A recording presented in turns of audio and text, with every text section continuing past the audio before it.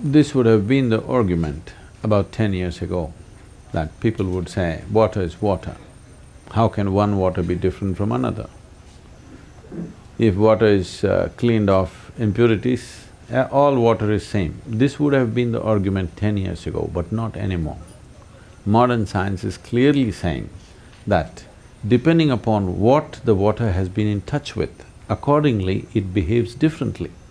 This is an established fact now, because water has memory.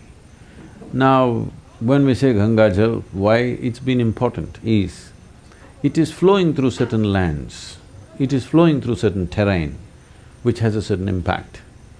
And it is not for 1 or 2 generations, for hundreds of generations. People have been doing spiritual sadhana and they've been in touch with this water. The quality of that is there in the water. Sundarlal Bahuguna went about proving this to people, nothing much happened unfortunately. But his own health got transformed tremendously just living on the Ganga bank. Now, is this just emotion? No. But at the same time, is the water what it used to be before in Ganga? No, because the water that you're drinking today is held in a dam in 2-3 different places, and one dam which holds it there for a long period of time and then let out. It is not the same thing anymore, unfortunately. This is one thing we should have not done. If we want electricity, there are so many other ways to do it. This is one thing we should have not done because Ganga had a special quality.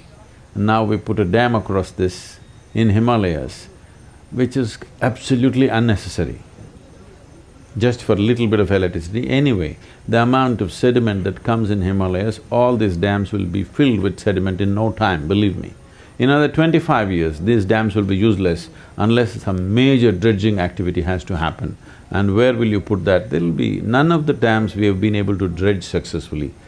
Dams across Mahanadi, Hirakud, everything is totally loaded up, it's useless and now, simply because the amount of sediment.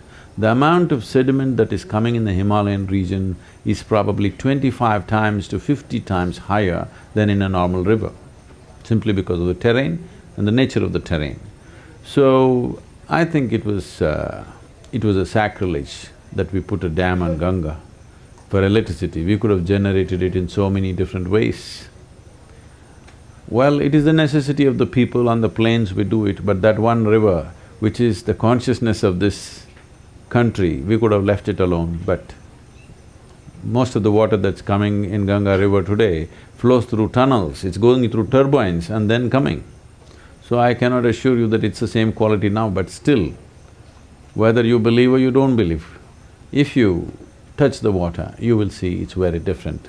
Because I've trekked in Himalayas for 27 years, continuously 27 years, I trekked, every year I went back. Many times I have seen just a glass of water I drink, I don't have to eat anything, whole day I'm walking. But just one glass of water, you drink a stomach full of water, it just keeps you going, that won't happen anywhere else. If you go to the upper regions, if you go towards Gomukh and those areas, the water is definitely special. As it comes down with all these turbines and stuff, it's not the same, but still it is different from what you would find elsewhere. So this is not an emotional aspect, there is a scientific basis to it. Unfortunately, we are not maintaining that atmosphere. We are destroying the atmosphere and expect the water to be same, it won't be after some time.